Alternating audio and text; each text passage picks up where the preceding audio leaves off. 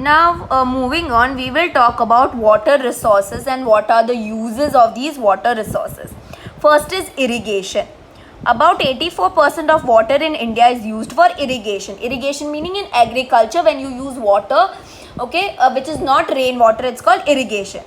About 1500 liters of water is required to produce 1 kg of wheat. Okay, so you at least require 1500 liters of water to produce 1 kg of wheat. Paddy, jute, sugarcane crops require more water. You all know that paddy, jute and sugarcane, they require lots and lots of water, more than even wheat. Water is being used for irrigation since ancient times. So we used water for irrigation, we use water in agriculture sector since ancient times, since olden times. In 2nd century, the famous canal Grand Anicut was constructed across the river Kaveri. So imagine in the 2nd century, okay, there was a canal. Okay, canal it's like a thing to get you water. So you know that in Gujarat you have Narmada Canal, which provides water to so many lands, to so many villages. So imagine in 2nd century you had a canal built on the river Kaveri.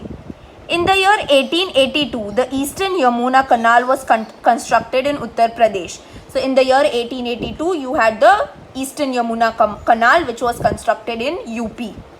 There are 3 mediums of irrigation in India, that are wells and tube wells, canals, and third is ponds. So through which do you do irrigation, through which do you do agriculture? Through 3 forms. First is wells and tube wells, second is canal, and the third is ponds. Out of these, wells and canals are the major medium for irrigation. So out of all these, we mainly depend upon wells and we mainly depend upon canals for water.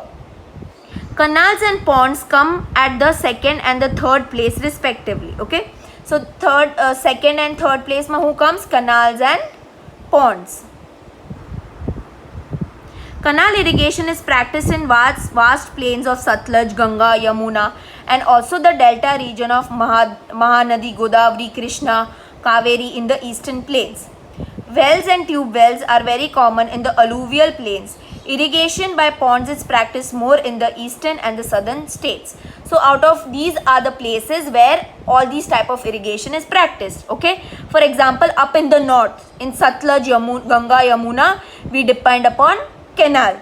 Okay, down in the south where the delta region is, where the triangle is, you have Mahanadi, Godavari, Krishna, Kaveri. Over there is canal irrigation. Okay, and also in the eastern side, and mostly you depend upon wells and tube wells in the alluvial plains. Alluvial plains are which plains? Where you get most of your alluvial oil. There you practice most of well irrigation and tube well irrigation. Okay, and irrigation of ponds is practiced in east side. That is, you have the eastern side, that is Sikkim. Okay, northeast side, Assam, Bengal. All these side you have ponds, and also in the south side you have ponds in order to practice irrigation. Next is multi-purpose projects. Many large and small rivers flow in India. Water transportation is very rich in India. So in India we have many large, we have many small rivers that flow, and it's you can see that we use water for transportation. Even in Bhavnagar, you see we have Ghoga Ro-Ro ferry. From here you can go to Bhuj in some minutes. Okay, so we use water transportation. This is because of physiography is such a way that many rivers merge with the other rivers and empty their waters into ocean.